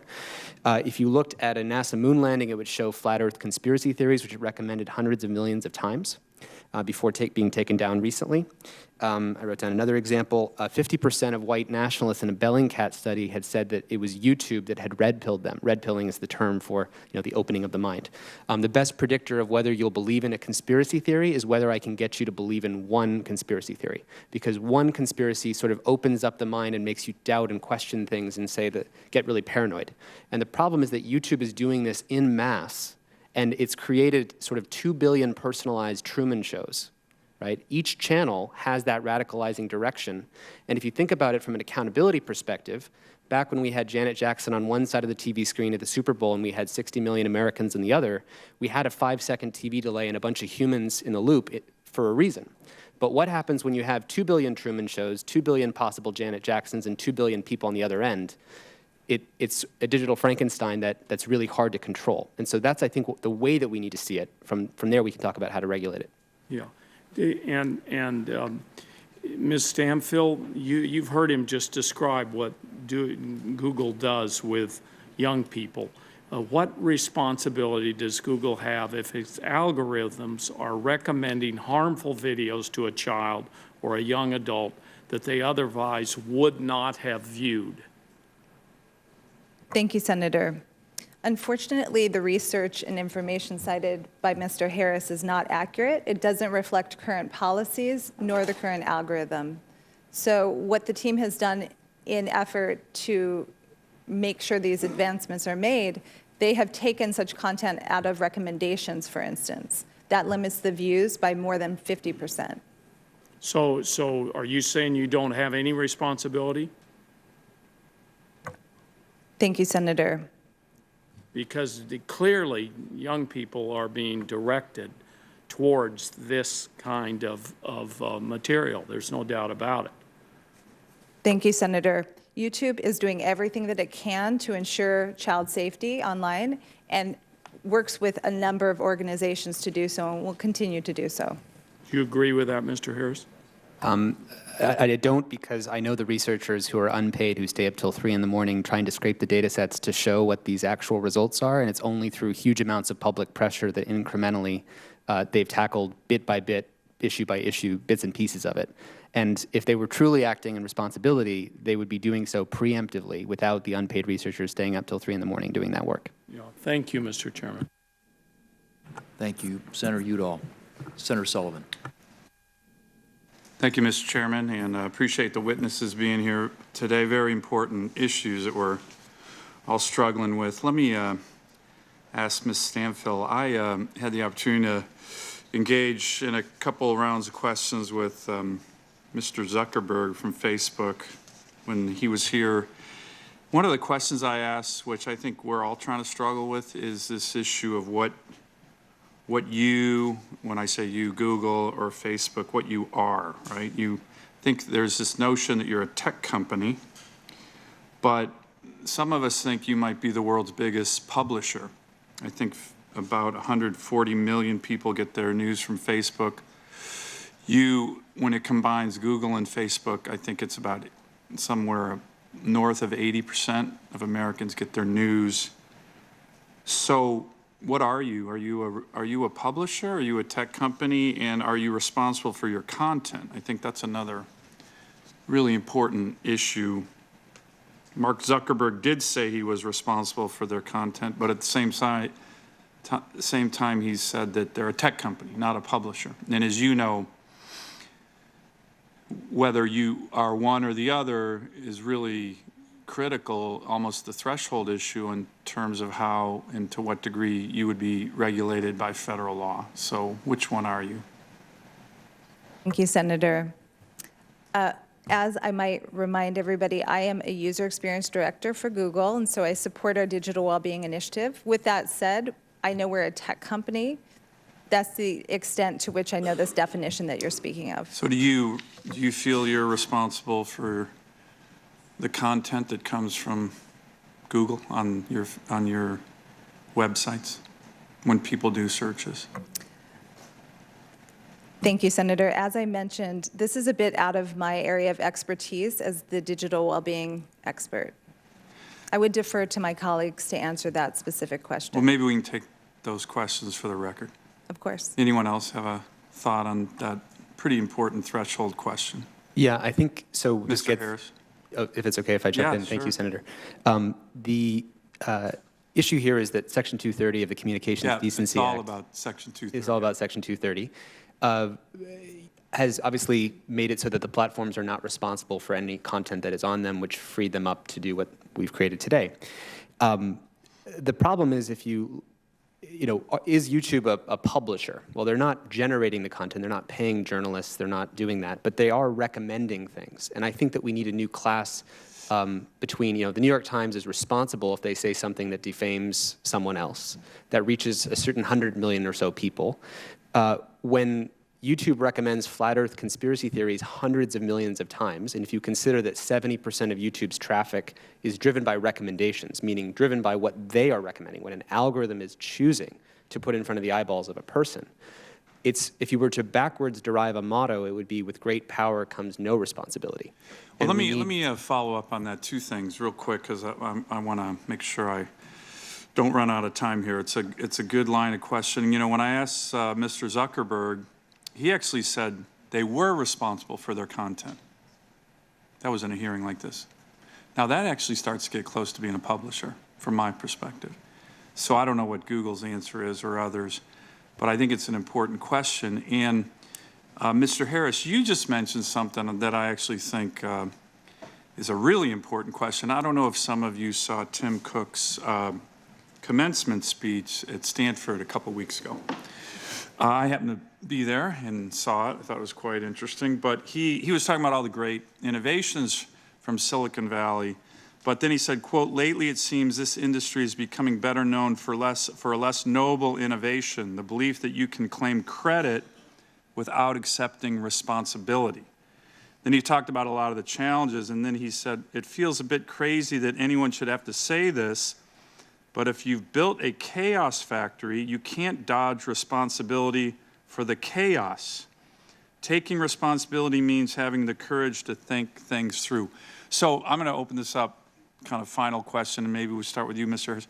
What do you think he was getting at? It was a little bit generalized, but he obviously put a lot of thought into his commencement speech at Stanford. This notion of building things, creating things, and then going, whoa, I'm not responsible for that. What's he getting at? And then I'll open that up to any other witnesses. I thought it was a good speech, but I'd like your views on it.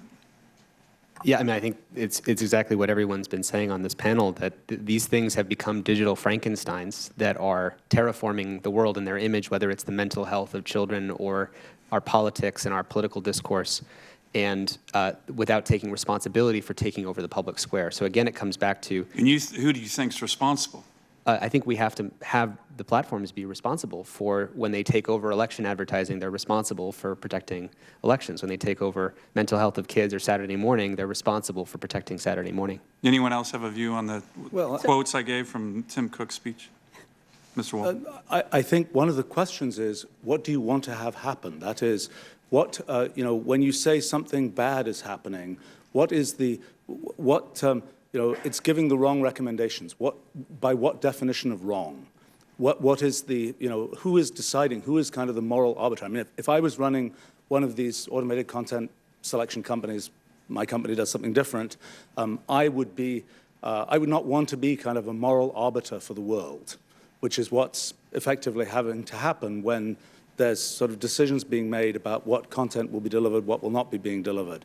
My feeling is the right thing to have happen is to break that apart, to have a more market-based approach, to have third parties be the ones who are responsible for sort of that final decision about what content is delivered to what users, so that the platforms can do what they do very well, which is the kind of large-scale engineering, large-scale monetization of content, but somebody else gets to be, somebody that users can choose from, a third party gets to be the one who is deciding sort of the final ranking of content shown to particular users, so users can get brand allegiance to particular content providers that they want and not to other ones.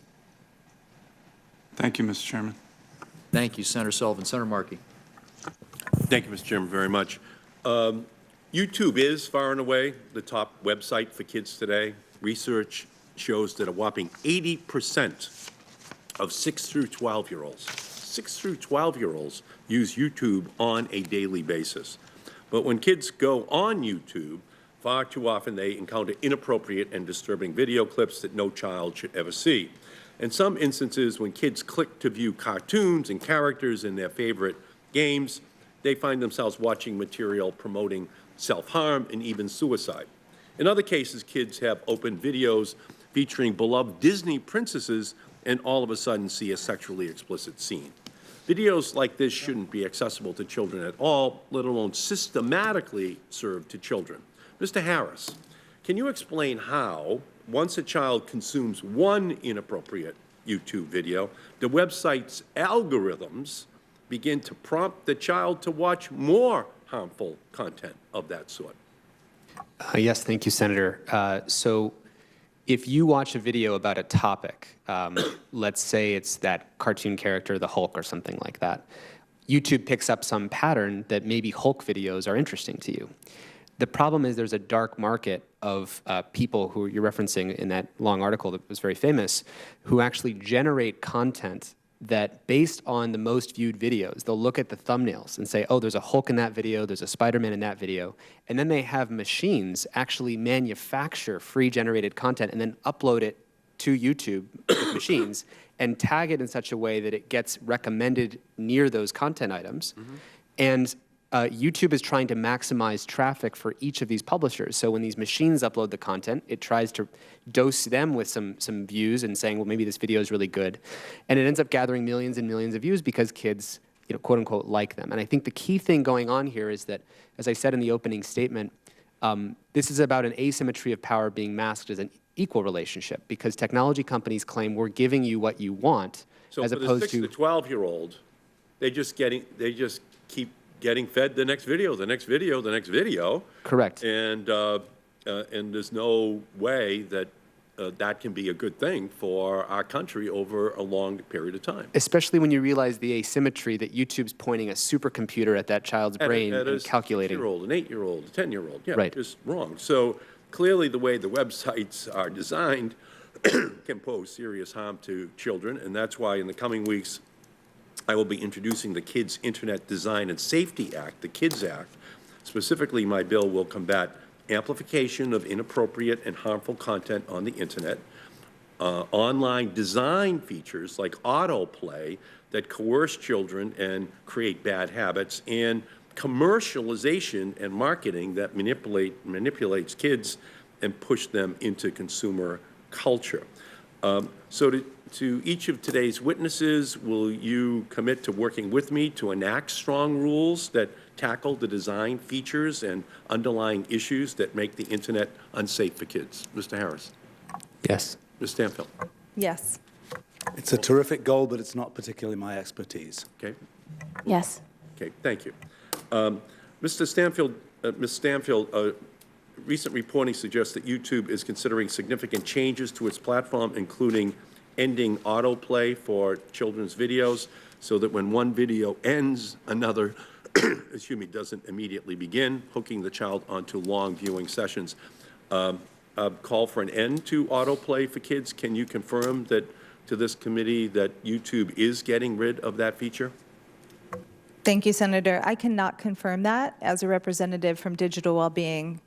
Thank you. I can get back to you, though. I think it's important, and I think it's very important that that happen voluntarily or through federal legislation to make sure that the internet is a healthier place for kids. And Senators Blunt and Schatz and myself, Senator Sass, Senator Collins, Senator Bennett, are working on a bipartisan Children and Media Research Advancement Act that will commission a 5-year, $95 million research initiative at the National Institutes of Health to investigate the impact of tech on kids. It will produce research to shed light on the cognitive, physical, and socio-emotional impacts of technology on kids. I look forward on that legislation to working with everyone at this table as well so that we can design legislation and ultimately a program. I know that Google has endorsed the Camera Act. Ms. Stanfill, can you talk to this issue? Yes, thank you, Senator. I can speak to the fact that we have endorsed the Camera Act and look forward to working with you on further regulation. Okay, same thing for you, Mr. Harris? We've also endorsed it with Center for Humane Technology, yeah. Thank you. So I just think we're late as a nation to this subject, but I don't think that we have an option. We have to make sure that there are enforceable protections for the children of our country. Thank you, Mr. Chairman. Thank you, Senator Markey. Senator Young. I thank our panel for being here. I thought I'd ask a question about concerns that many have, and I expect concerns will grow about AI becoming a black box where it's unclear exactly how certain platforms make decisions. In recent years, deep learning has proved very powerful at solving problems and has been widely deployed for tasks like image captioning, voice recognition, and language translation. As the technology advances, there is great hope for AI to diagnose deadly diseases, calculate multi-million-dollar trading decisions, and implement successful autonomous innovations for transportation and other sectors. Nonetheless, the intellectual power of AI has received public scrutiny and has become unsettling for some futurists. Eventually, society might cross a threshold in which using AI requires a leap of faith. In other words, AI might become, as they say, a black box where it might be impossible to tell how an AI that has internalized massive amounts of data is making its decisions through its neural network, and by extension, it might be impossible to tell how those decisions impact the psyche, the perceptions, the human understanding, and perhaps even the behavior of an individual. In early April, the European Union released final ethical guidelines calling for what it calls trustworthy AI. The guidelines aren't meant to be or intend to interfere with policies or regulations, but instead offer a loose framework for stakeholders to implement their recommendations. One of the key guidelines relates to transparency and the ability for AI systems to explain their capabilities, limitations, and decision-making. However, if the improvement of AI requires, for example, more complexity, imposing transparency requirements will be equivalent to a prohibition on innovation. So I will open this question to the entire panel, but my hope is that Dr. Wolfram, I'm sorry, sir, you can begin. Can you tell this committee the best ways for Congress to collaborate with the tech industry to ensure AI system accountability without hindering innovation? And specifically, should Congress implement industry requirements or guidelines for best practices? It's a complicated issue. Yes. I think that it varies from industry to industry.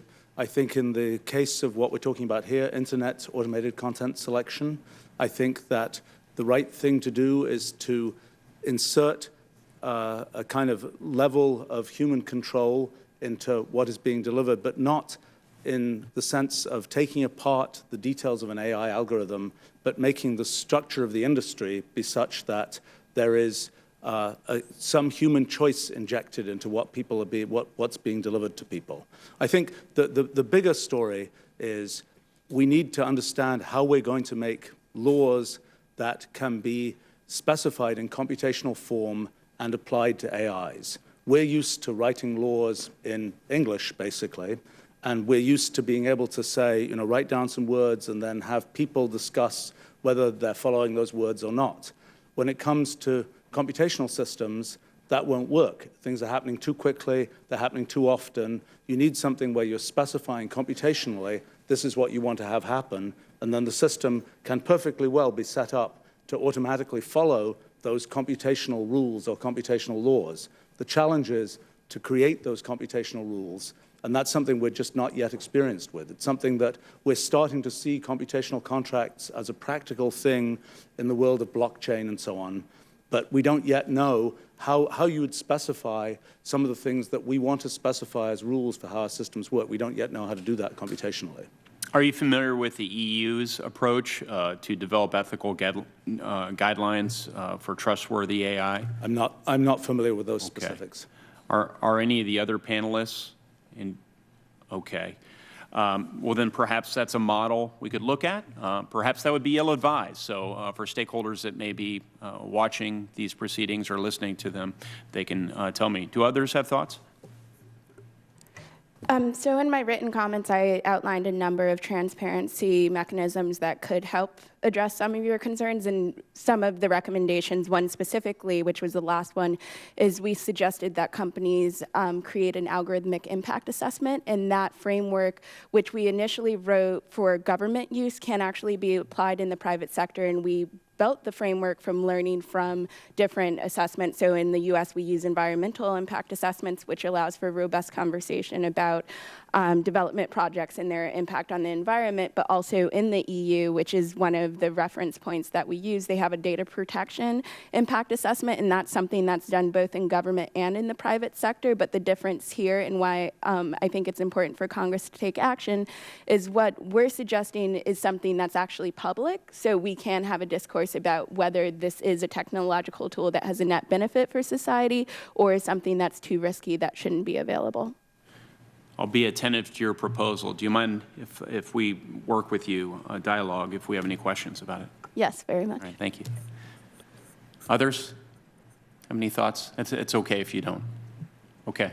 Sounds like we have a lot of work to do, industry, working with other stakeholders to make sure that we don't act impulsively, but we also don't neglect this area of public policy. Thank you. Thank you, Senator Young. Senator Cruz. Ms. Stanfill, a lot of Americans have concerns that big tech media companies, and Google in particular, are engaged in political censorship and bias. As you know, Google enjoys a special immunity from liability under Section 230 of the Communications Decency Act. The predicate for that immunity was that Google and other big tech media companies would be neutral public fora. Does Google consider itself a neutral public forum? Thank you, Senator. Yes, it does. Okay. Are you familiar with a report that was released yesterday from Veritas that included a whistleblower from within Google, that included videos from a senior executive at Google, and that included documents that are purportedly internal PowerPoint documents from Google? Yes, I heard about that report in industry news. Have you seen the report? No, I have not. So you didn't review the report to prepare for this hearing? It's been a busy day, and I have a day job, which is digital well-being at Google, so I'm trying to make sure I keep the trains on the sorry, tracks. this hearing is impinging on your day job. It's a great opportunity. Thank you. I really Well, appreciate one of the it. things in that report, and I would recommend people interested in political bias at Google watch the entire report and judge for yourself. There's a video from a woman, Jen Janai. It's a secret video that was recorded. Jen Janai, as I understand it, is the head of, quote, responsible innovation for Google. Are you familiar with Ms. Janai? I work in user experience, and I believe that AI group is somebody we worked with on the AI principles, but it's a big company, and I don't work directly with Jen. Do you know her or no? I do not know Jen. Okay. As I understand it, she is shown in the video saying, and this is a quote, Elizabeth Warren is saying that we should break up Google. And like, I love her, but she's very misguided. Like, that will not make it better. It will make it worse. Because all these smaller companies who don't have the same resources that we do will be charged with preventing the next Trump situation. It's like a small company cannot do that. Do you think it's Google's job to, quote, prevent the next Trump situation? Thank you, Senator. I don't agree with that. No, sir. So a different individual, a whistleblower identified simply as an insider at Google with knowledge of the algorithm, is quoted on the same report as saying, Google, quote, is bent on never letting somebody like Donald Trump come to power again. Do you think it's Google's job to make sure, quote, somebody like Donald Trump never comes to power again? No, sir, I don't think that is Google's job. And we build for everyone, including every single religious belief, every single demographic, every single region, and certainly every political affiliation. Well, I have to say that that certainly does not appear to be the case. Of the senior executives at Google, do you know of a single one who voted for Donald Trump? Thank you, Senator. I'm a user experience director, and I work on Google Digital Wellbeing, and I can tell you we have diverse views, It's but a I simple can't. question. Do you know of anyone who voted for Trump? Of the senior I executives definitely know of people who voted for Trump. of the senior executives at Google. I don't talk politics with my workmates. Is that a no? Sorry, is that a no to what? Do you know of any senior executives, even a single Trump? As the digital well-being expert, I don't think this is in my purview to comment on political So you don't know that. affiliations. That's all right. You don't have to know. I definitely don't know. I can tell you what the public records show. The public records show that in 2016, Google employees gave to the Hillary Clinton campaign $1.315 million. That's a lot of money. Care to venture how much they gave to the Trump campaign? I would have no idea, sir. Well, the nice thing is it's a round number, $0.00. Not a penny, according to the public reports. Let's talk about one of the PowerPoints that was leaked. The Veritas report has Google internally saying, I propose we make machine learning intentionally human-centered and intervene for fairness. Is this document accurate? Thank you, sir. I don't know about this document, so I don't know. Okay, I'm going to ask you to respond to the committee in writing afterwards as to whether this PowerPoint and the other documents that are included in the Veritas report, whether those documents are accurate. And I recognize that your lawyers may want to write explanation. You're welcome to write all the explanation that you want, but I also want a simple, clear answer. Is this an accurate document that was generated by Google? Do you agree with the sentiment expressed in this document? No, sir, I do not.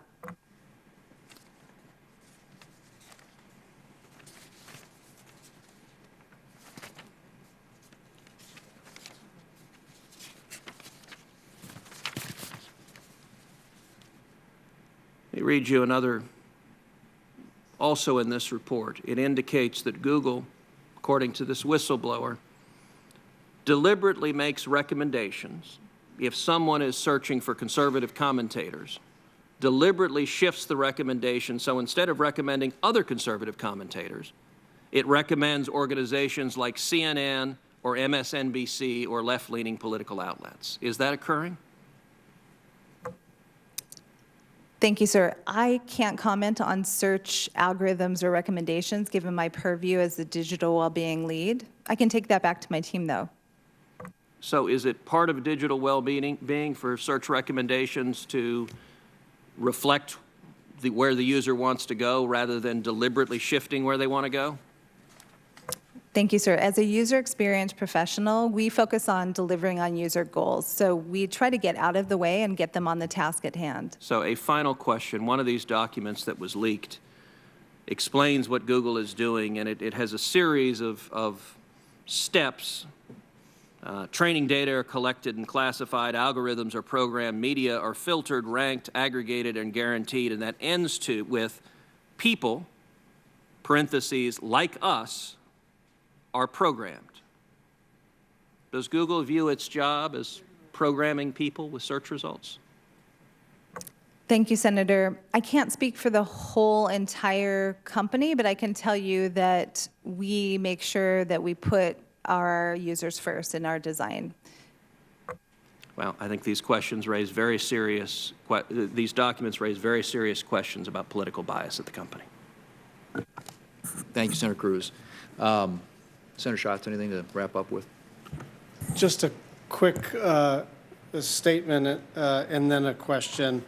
I don't want the working of the refs to be left unresponded to, and I won't go into great detail except to say that there are members of Congress who use the working of the refs to terrify Google and Facebook and Twitter executives so that they don't take action in taking down extreme content, false content, polarizing content, contra their own rules of engagement.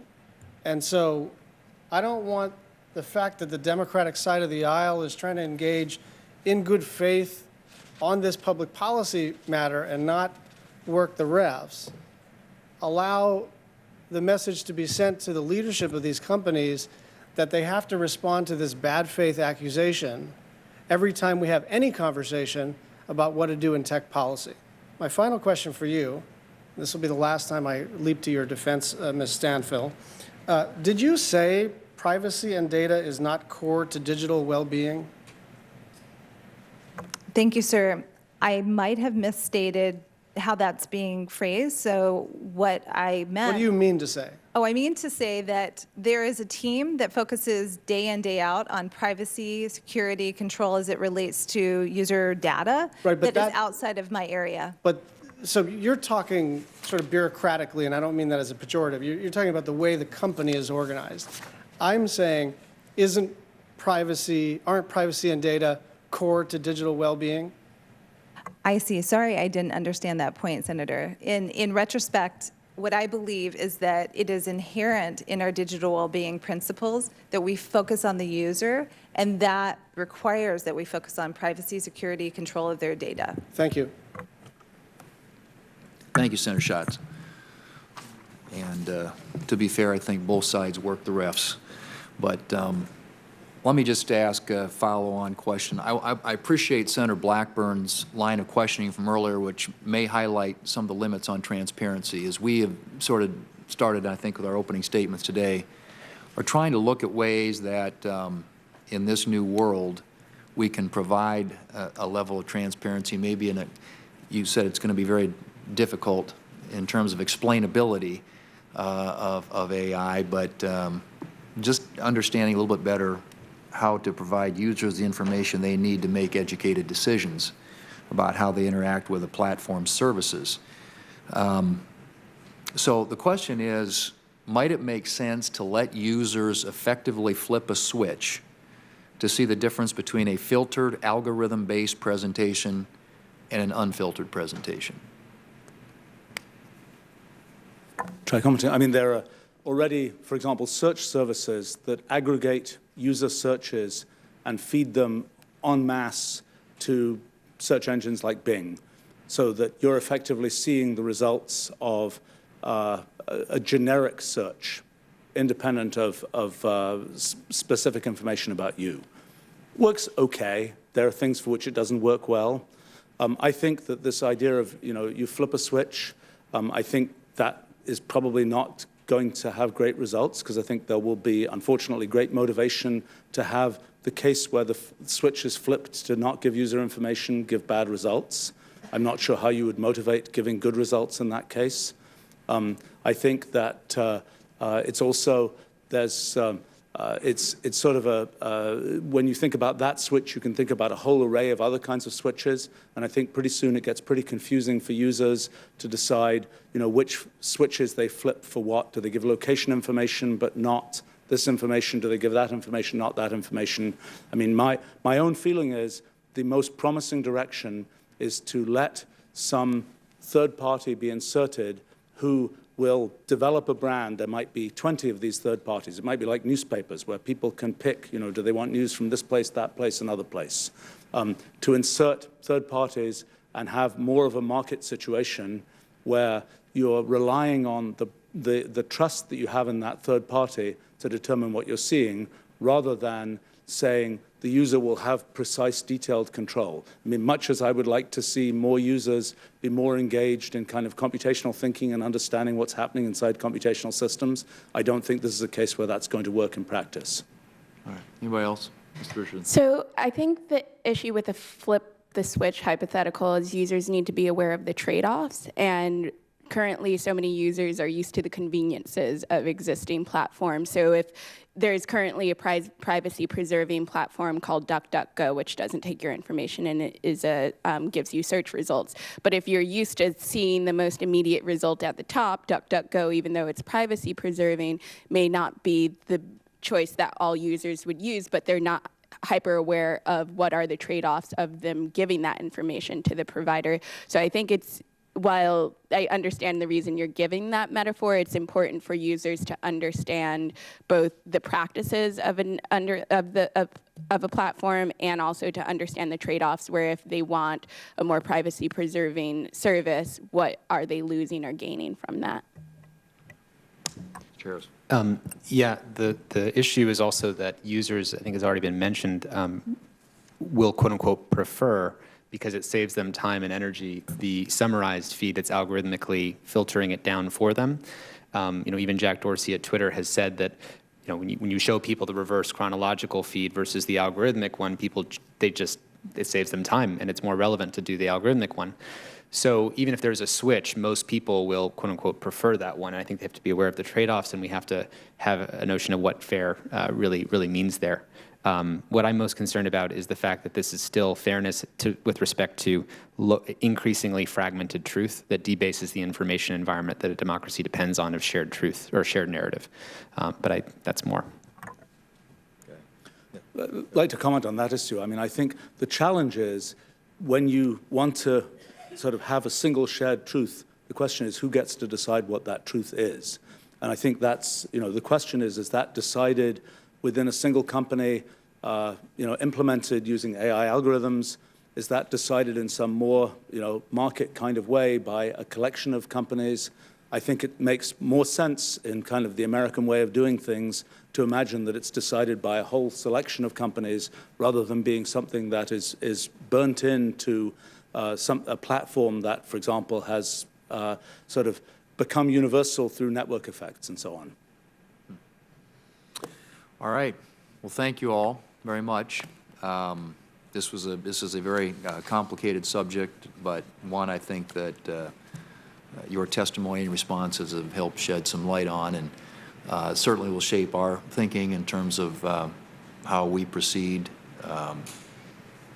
But there's definitely a lot of food for thought there. So thank you very much for your time and for your input today. We'll leave the hearing record open for a couple of weeks, and we'll ask senators if they have questions for the record to submit those, and we would ask all of you, if you can, to get those responses back as quickly as possible so that we can include them in the final hearing record. I think with that, we are adjourned. Thanks.